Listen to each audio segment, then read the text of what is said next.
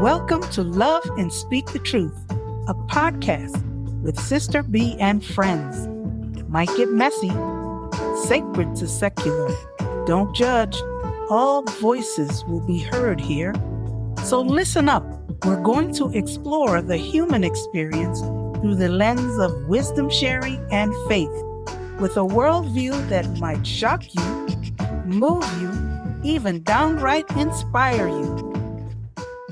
Season 2 kicks off with someone very special, our own Sister Noelle Corscadden, former Institute leader of the Institute of the Blessed Virgin Mary. You will listen in on our winding conversation of life and adventure from Ireland to Rwanda, Rome, South Sudan, and all the illuminations in between.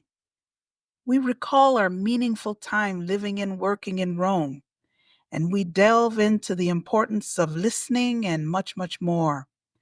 As we go deeper, we welcome you into this sort of fireside chat and hope you will experience a taste of the friendships and encounters that strengthens our resounding yes as stepping stones of faith, trust, and love for our Institute. So today we're talking to Noelle Corscadden, who I shared many years in Rome.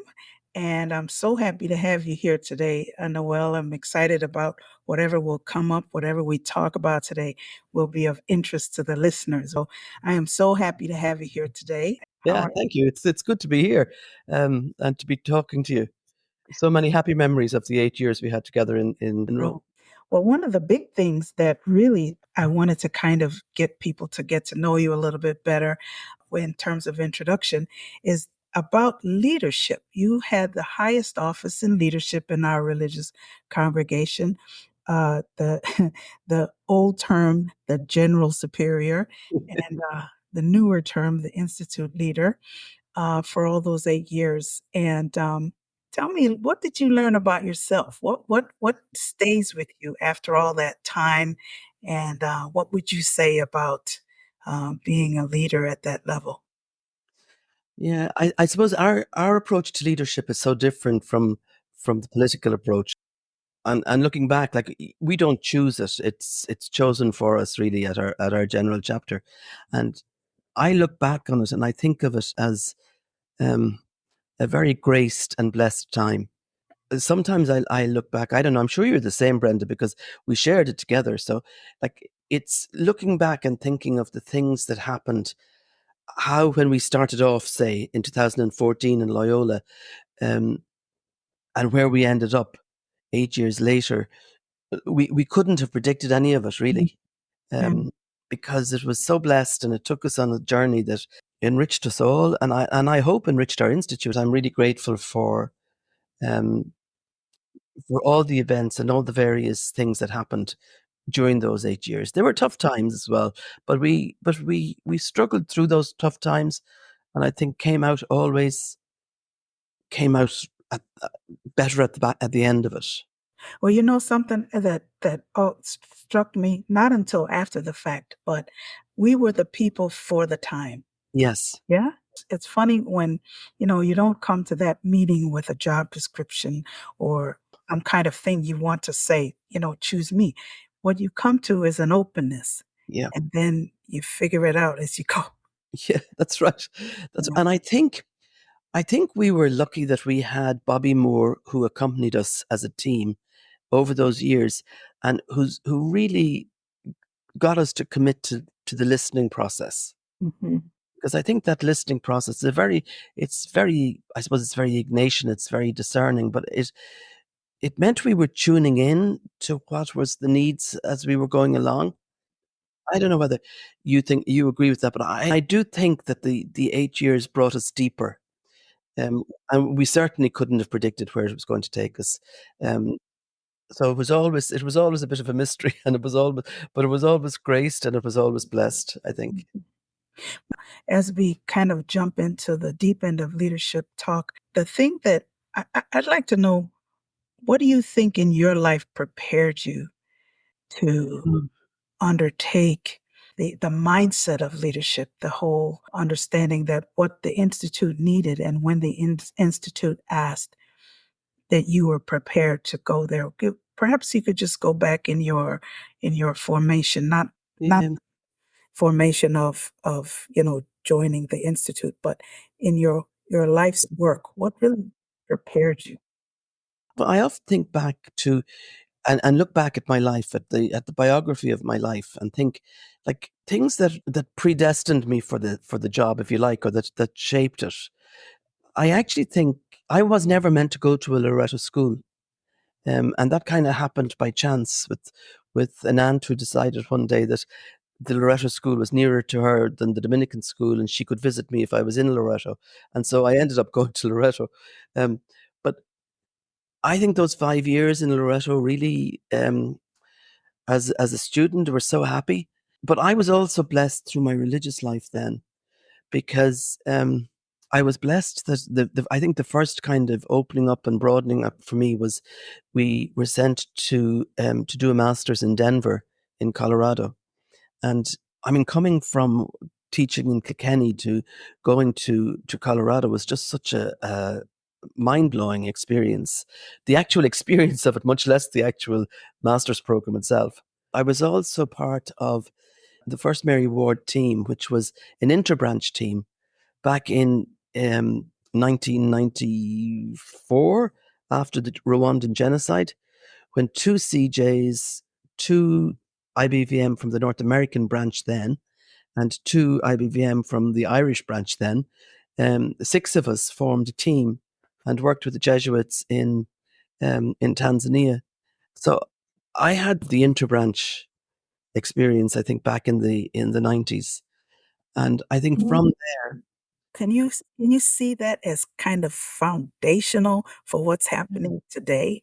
yeah, I know. I look back and I think it, I'm always a bit slow when it comes to recognizing how God is writing my life. I have to look back on it, and I think, gosh, if my mother hadn't agreed with my aunt that I would go to Loretto, I wonder where my life would have gone, or if Noni Mitchell, the superior general at the time, didn't choose me to go to Tanzania, or if I didn't have those 2 years as part of the interbranch team, um, would I have been as open to becoming one as we became when we were in Rome? I think I was also blessed because I always had the dream of our development office, of the International Development Office, and I got the opportunity after Tanzania of beginning Mary Ward International. Um, it started off as an international office, and then we changed it to province offices. But there are Mary Ward International offices in many of the provinces now, and but that gave me an opportunity to visit the provinces as well. So I had visited most places before I ever got to Rome. Um, I just had been blessed with that. So I suppose I had a certain knowledge of the institute when I got to Rome. I had been provincial for 4 years, so I had a certain knowledge of how, at the international level, things were functioned. I do think the Mary Ward International team back in the day, what was it, 20 years before I went to Rome? I think that was foundational. I think that was a really, it was a special moment. And when people think about it, sometimes I've heard people talk about that it failed because we only lasted just over the 2 years. And the reason it only lasted over the 2 years was that there was a forced repatriation of the refugees. So the purpose that we went for, which was to respond to the Rwandan refugee crisis, it didn't exist anymore. But what we did as the six women who were there in Tanzania, and how we have stayed in touch, even though we were all different congregations and whatever. It's been very. I like your word foundational. I think it has been very significant. It was a very significant moment in my life and a very formative one. When you say that, share the origins of kind of that introduction into interbranch, into a global understanding of what's going on in the world all those decades ago, a couple of Mm. decades ago. you think about what's happening now. You Mhm. think about people being displaced. You think about the genocide that you're experiencing in the wars that we're in right now. You're thinking about how religious women and men move to places where the need is greatest, move Mhm. to places where we need to listen. And then that preparation that happens for us to go to be the decision makers about where we will go. All that was built on those experiences then that you and I had, Yeah, not knowing this was going to move into exactly. something even wider. Yeah. Exactly, and I remember at the chapter in 2014, and we had prepared a statement about working with the Congregation of Jesus, working with the CJs, and we were talking about let's not do anything alone if we can do it together. And I can remember sitting in that room in Loyola, and when Mary Wright gave a talk um, on union, but and said, I can still hear her just the sentence that she said that Teresa Ball brought the institute to Dublin, and I have heard that so often. I have seen that on Teresa Ball's headstone in the graveyard behind me here. I have read it on that. I've seen it, but for some reason, when Mary said that that day, it kind of hit me in a different way. Um, that sense that we are one anyway. But at that time, we were still talking about if we become one, you know, if we're united. It still took a couple of years before we started to say when we are united. Yeah, it's amazing how all those little things just they're the thread that there's a thread somewhere in there that's going through us that we don't see when we're in the middle of the thread. They add up. They Yeah, add up. And what do you think this witnessing, this movement, what do you think that that is bringing into witnessing in the world today? Because we, I think, are a little microcosm hmm, of what is happening. Instead of people, what's happening in the world, dividing, we're witnessing to uniting, coming together, providing a space where all can see themselves as a part of something, belonging to something bigger. Now, in our little world of, you know, becoming one and being missionaries to the places where we have great needs, how do you think that what we're doing, becoming one, is a witness to what's happening in the world? I think it's a definite. We're it's an area where we're very definitely countercultural to today's world. Like we often talked about being countercultural and about our consecrated life and our vows make us countercultural. But I really believed that our becoming one is a real witness to something that's very different to the way our world is going. Because when you look around, there's so much fractioning of the world. There's so much division and there's so much lack of acceptance of diversity, of difference, um, of the riches that make us one or make us, you know, that international body or whatever. I think we're grappling with the questions of how is it going to be if we become one? How are we going to merge two different kind of cultures of religious congregations? And and that's something we grapple with all the time in religious life.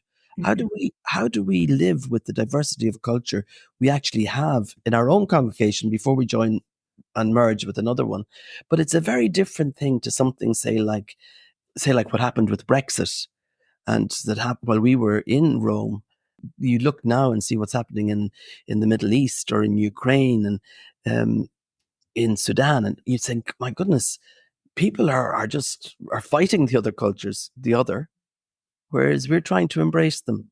We're Mhm. trying to embrace what difference is and what diversity is, and I think that's a real witness and it's a real statement to our world that things are that it is possible. It's that countercultural movement. Mhm. Mm. Unfortunately, it's small from our point of view. Doesn't have the big. Well, we think it doesn't have the big impact that that a war has, but it still is significant, I think. And I'm always amazed at the people who know about it. You know, people and who have nothing got to do with us, and say, "Oh, you're the congregation. You're becoming one with the CJs, aren't you?" You know, so like it is significant, I think.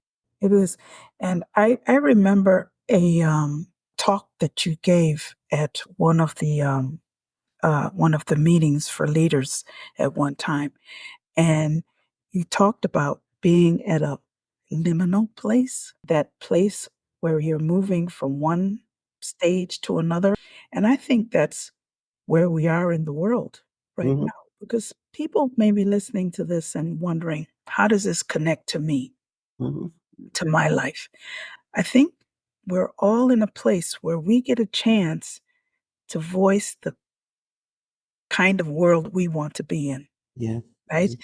Do we want to be in a world where everybody is the same, we do the same things, we wear the same things, we like the same food, or do we want to live in a world, going back to your diversity, where people can feel included and we can enjoy the richness of difference? Yes. And that liminal place, that was a real one of the Irish poet John O'Donoghue. You know, he spoke about it, and it's that kind of that threshold moment, you know, where we're neither one nor the other. We're in that space of unknowing, and it's often used for religious life itself, and for Catholicism even, that, you know, we're just in an unknowing place, and our world is in a very unknowing place, an unknown place. You know, I think we're living in very extraordinary times. We're on the brink of something. We are, yeah, yeah, And before we got into the whole becoming one phrase, for ourselves, we were into this idea of co creating yes, something new. It's possible that that image for me, going back to the liminal place, is we have an opportunity to going into something much bigger than who we are, even as an institute. yeah. Yeah. I love that image of the co-creating, and we did catch on to that, didn't we? The co-creating, and even the values we put with it, are the values of listening and respect and all of that. I think that suited us. I think what you said earlier about, we were there at a time when it was our time and meant to be our time, and I think that sense of co-creating was very, very strong with us. We had our Province Day here last week, and at the Province Day, the ease with people moved into conversation circles, and the spiritual conversation of the conversation circles. And I was kind of smiling, thinking about the process of co-creating that we used to actually introduce all of that. And and now it's just part of how we're doing things. Yeah, so there was a lot. I think there's a lot can be grateful for. Mhm. Which is another piece of the foundation, I think, in this whole becoming one process. It's taking it out of each one of us, having that ability to listen to each other and to be able to bring the gifts of who we are into this whole arena of becoming something more, being on the edge. And I'm not sure I want to say that it's either or, that we either successful at it or not successful, but Mhm. I think there is a choice that we each have to become bigger and richer or become smaller. And we in the Institute are choosing to become bigger. Yes, yes, yes. Yeah. And I think it's a real sign of hope. You know, when we think, like, we're in our part of the world, certainly our numbers are not increasing and our age is increasing, but it hasn't stopped the hope and the joy and the zest for life and for religious life among us, I think. And that always kind of warms my heart when people come together. There's such a bounce and a sense of life and a sense of hope, and that's part of our charism. We don't often recognize it ourselves, I think, but it is there. So how do you think this co-creating a new way as we become one with members of Mary Ward's Institute across the world? How do you think that co-creating will change us? What is the dynamic that allows us to create a new way forward? I think there has to be, it has to be a call to openness. Sometimes you get a cynical response and people saying, well, it's not going to make any difference to me. But I think the very fact that it's going to happen is going to make a difference to all of us. I think there's something about the completion of the Mary Ward vision and our congregation, and that now we become part of that vision in a new way. Um, and there is something about the openness. We have to be open to cultures that we haven't been in contact with before, or that we haven't been part of the body that they were part of. So I think all of that, all those encounters, and all Mhm, those opportunities for encountering the other, um, and the new. I think that will change all of us. It mhm. might be slower for some people than it is for others. I know the official day is next July, and I know then there's going to be an official inauguration day later on, and whatever. But I think we experienced it. I think that Mhm. we were one. I think the message that came from the recent ELM is that we are one. So I think it's all those little experiences that everybody has to have of we are one. I want to jump on the word that you said because that sparked something in me as I listen. That word encounter. Mm, I think we have to be open to have that openness. But the word encounter for me, and as I go back to our time over those 8 years, we somehow first became friends with each yes. other. You know, all these things in the world that tend to pull us down, Hmm. racism, sexism, exclusivism, all those things that pull us down, we we narrow the gap when we encounter each other, a personal Yes. encounter, a friendship, Yeah. relationship.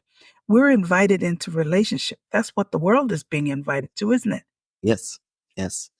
And it's when we isolate, or when we, you know, encamp in a corner, that we lose that relationship. It has to be about relating, and it has to be about how we relate. Yeah, yeah. Mm, I reminisce that we became friends with the CJs across the road, our sisters across the road. We did things together. yes. We saw the Christ, the friend in that Yeah. other Yeah. person, didn't we? We did. We did, Brenda, and it was over barbecues. It was um, it was doing things together. It was preparing work together, but it was also, you know, Playing cards. playing cards, singing songs. Um, the the celebrations of Thanksgiving, of jubilees, of birthdays. Like, they were all occasions for us. That where we created friendships. We encountered each other's spirit, and then we got to know how each one of us got to where we are. We found Yeah. out about our families. We became, a bigger family having had those Mhm. encounters with one another. That's the becoming one piece, I think. Yes, I think so, and I think it's in one sense it's possibly strange, but we've been talking about it for a long, long time, about the becoming one, and you and I witnessed it already with when the North American branch and the Irish branch joined together. We witnessed it previous to that when Fermoy joined with Rathfarnham as well. But, like, it's been happening, um, and we really encountered it ourselves in Rome. And I think we then gave the lead on it. I Mhm, think that's where our leadership actually became very proactive and very gifted to what we had to bring as leaders mhm. to to our congregation. And somehow the members grasped that spirit, because you'll see it all over the place when CJ and IBVM get together, and we are one. How do we translate this into the world scene? What can we equate how we're becoming one with what's happening in the world with all the splits and all the desire to keep migrants and immigrants out? How do we witness to this in what's happening in the broader world? I think there's something about the story of it being authentic and being the witness. And it's about how we did it, you know, it's about how we're listening and how we move forward listening. I know a few times that I've been asked to talk about it.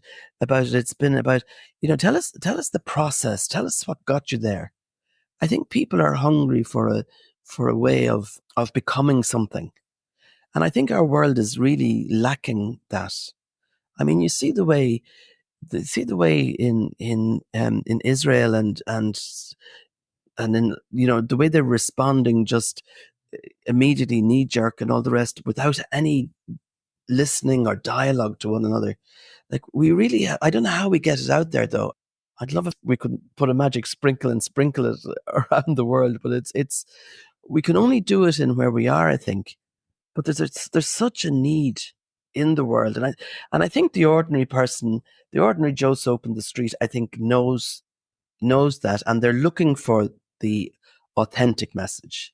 Mhm. And they see the fractures in our world, they see the pain, they see the war, and they're genuinely looking for good news. They're looking for us to be the good news for them. There's some of that that's happening directly with you as you move into this next stage, bringing Yeah. education and empowerment and justice. Say a little bit about this move that you're developing in South Sudan and where that is and who's involved and all that. I think that's a meeting place of this thing. It certainly is. Orla just went back to South Sudan this morning, and she's from Ireland, yeah. So she's been here for the last 8 weeks, and I mean the impact that it's been going around the schools with her and telling the story of South Sudan. I think the authenticity of the story. It's another good news story that people want to hear. But just to put it in context for the podcast here, like 20 years ago, I had a group of teachers who went to Kenya volunteering for 2 months in the summer. And at the time, we were looking about founding a new mission. The whole institute was, but the Irish province was as well. And when I was in Kenya, one of the Kenyan sisters said to me that the Bishop of Rumbek in South Sudan was looking for Loreto sisters to go to Rumbek. So Kathleen McLennan and I went to meet him. And during that meeting, he left the room and he came back in with 3 plane tickets. And he said, "We're going to visit Rumbek tomorrow." We're meant to be looking after teachers here. But we went to Rumbek. Oh, my heart was moved. Kathleen's the same. I mean, people were returning from war. There was so much trauma. There was so much poverty. There was just destruction of the country. But anyway, we came back to the Irish province and told them about it and told them about the need to educate girls. Girls were not going to school. There was just no way they were going to school. The Irish province agreed to go, and we went with the intention of beginning a secondary school. And we realized the girls weren't even going to primary school, so we started a primary school. They were coming into school, they were sick, they were hungry. So we had to start the feeding program, we had to start the clinic. I mean, Rumbek itself, you know, Brenda, it's just a lived gospel place. But last year, 18 months ago, a girl visited the school, a graduate of the school. She was one of the early graduates. So she graduated 11 or 12 years ago. She's now married, living in a town called Awil, which is about 400 kilometers from Rumbek. But she traveled down to see Sister Orla and to ask, would Loreto think of opening in a school in Awil? Now, we thought Orla was got cracked when she suggested it. Um, but Barbara said to me, would I go out to Rumbek last year? So I went out to South Sudan last November, and we went and we visited Awil. There are 5 of our graduates up in Awil. And the 5 girls, young women, they're not girls anymore, all around the same class, they talked to us about the needs in Awil and how there was no education for girls and how um, we would love to do in Awil what had been done in Rumbek. I was listening to them, and I really felt I was listening to Bishop Caesar, the first bishop that we had that invited us. And when I said that to her in the middle of the conversation, Regina, the leader of this little group, she said to me, you know, Bishop Caesar baptized me. And I kind of couldn't believe, I kind of, there's a thread here somewhere, like he's still hanging around, this man. But um, Barbara herself, our provincial, went out and visited in January, February time, and she had the same reaction as me. We just can't say no. Mhm. It's something that's beyond us. The difference this time is it's not a bishop that's inviting us, it's the women in a wheel that are inviting us. The people. Yeah. Mhm. And our own graduates. So the girls have already acquired the land. They went to the governor, they got the land. They've put up a sign saying Loretto, Loretto a wheel on the land. We've been going around the schools here in Ireland telling the story to our own students. And um, I mean, there's just a groundswell of enthusiasm for this. I Mhm. mean, the national newspaper got it. Or it was on the radio stations. Like the word is going out there, and and people want to hear good news, and they want to hear an authentic, truthful, sincere story, and um, and they want to support it. We've been on the road literally for the last 6 weeks, and Orla went back today, so I'm going out in 3 weeks' time, and we're going to travel up to a wheel. It's a long, arduous journey on the road, but anyway, we'll go up, and we want to dig the first sod, and we want to begin the building of the convent. Will have to begin first, the residence, and then we will be able to move in and begin the teaching bit of it. Mhm. So we're really hoping that in January 26th that we will have the first pupils there. You see how God works? Yeah. I mean, when you think about this now, and you're sharing that you've been prepared all along to go to places, war-torn places, places where there are immigrants, migrants, people who are trying to recover from war. And we have this going on in our world today. Mhm. We have sisters, CJ sisters, who are working right there near the border of Ukraine. Yeah. Well, we had people in Israel at one point in time, but we have the Palestinian people who are suffering and who are going to be displaced by this war. And now you see where the development of South Sudan, it's very parallel. The world is going through this, and we are entering where we can. Yeah. Yeah. And certainly, I mean, the beauty about South Sudan, the community in South Sudan, is that we have Orla there, we have Baida from India, we have Elena from um, CJ from Germany, and we have Priyanka from India, and we have Father Alan, who is an Irish Sacred Heart father. So even that community is witnessing to the South Sudanese girls that difference is good, and Mhm. that's because up where we're going to in a wheel, it's a very peaceful place at the moment. They don't seem to fight as much as the Rumbek Dinka do, but it's also near the border with Sudan itself. There are refugees coming across there, so there's going to be opportunity as well for welcoming refugees, I think, and that there too. So it's good to be part of something that is building up instead of breaking down. And Orla says it's not rebuilding because they never really had an opportunity for having a society in South Sudan because of all the wars. So we're actually building a society, and the young women of South Sudan, there are now 500 graduates of Loreto, and they're beginning to become very significant and in significant places. So it's good to be part of that. It's good to be able to empower these women to build their own country. You've come full circle in many ways.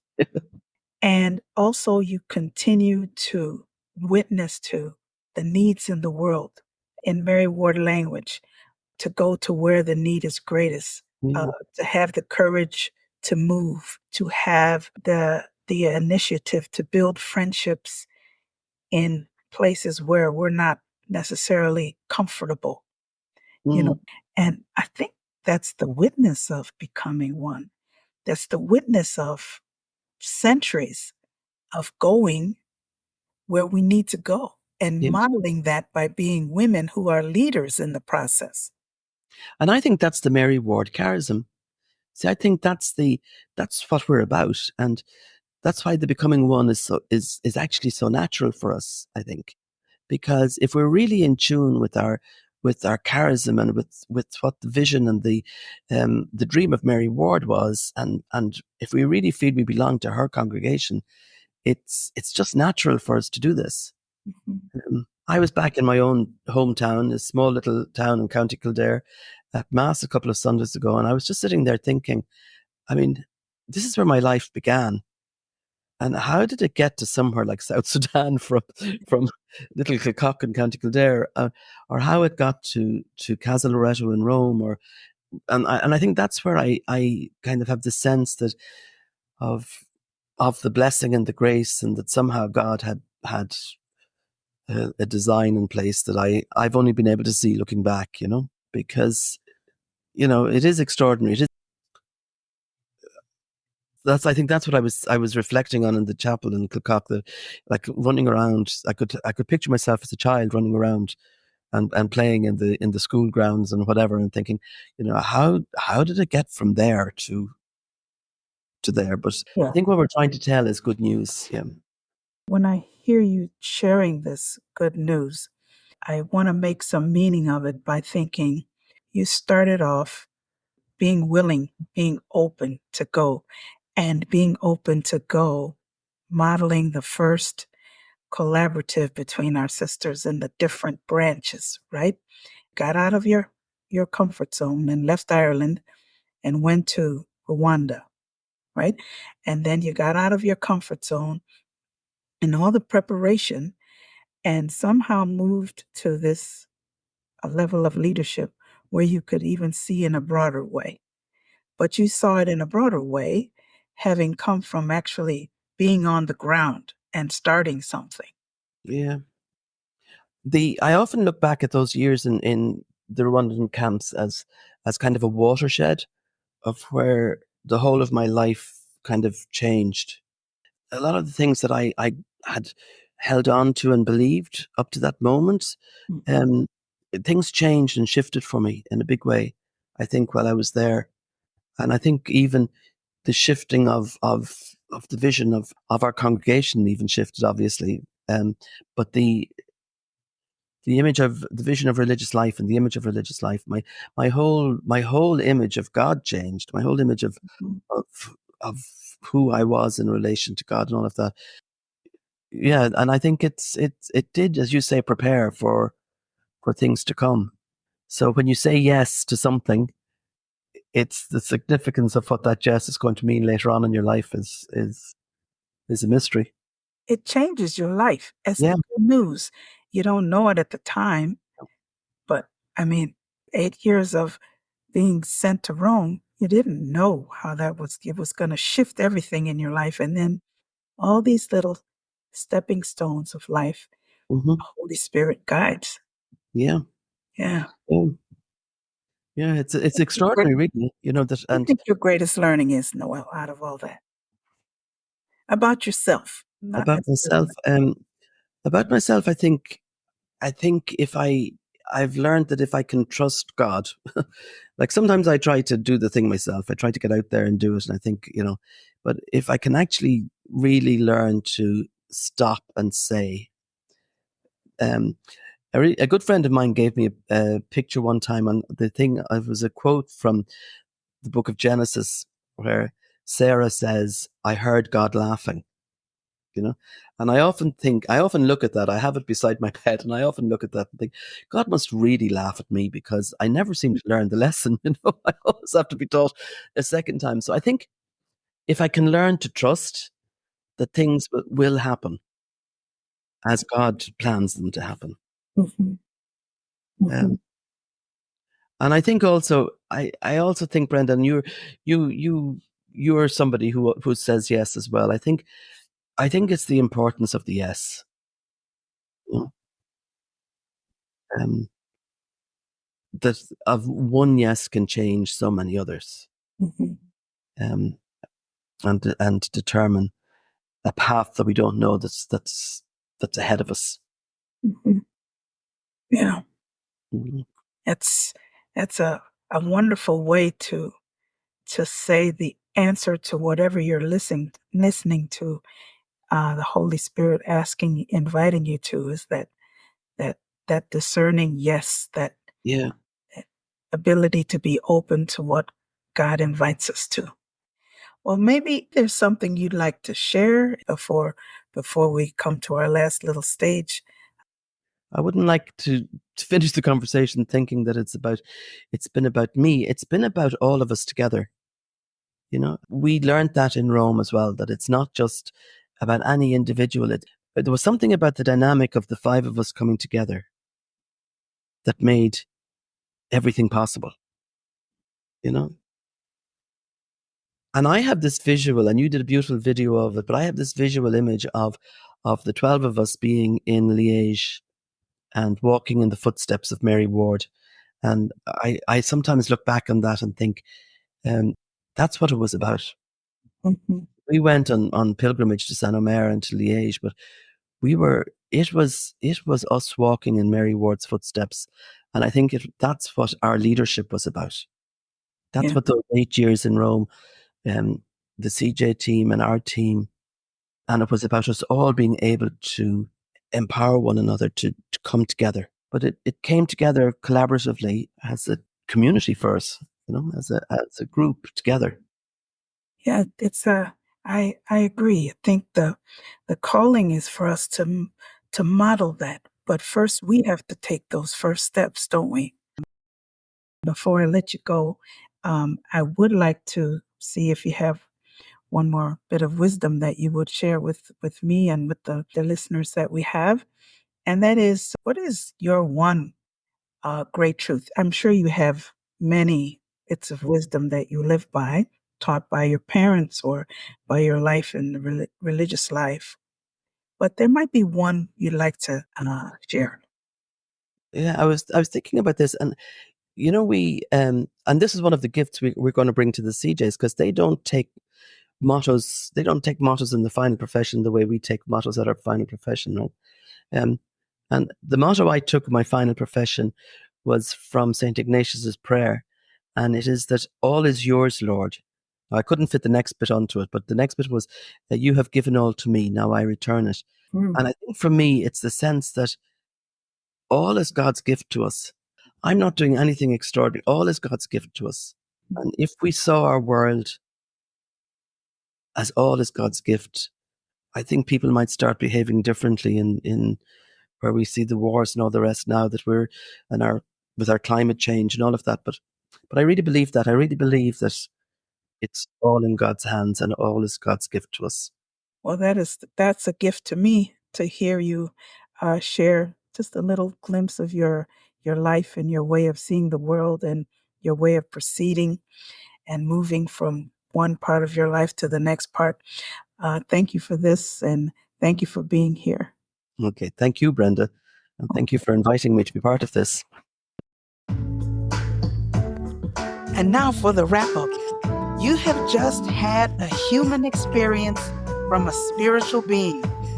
We have so much to learn. So go forth to love and speak the truth. Ad majoriam Dei Gloria.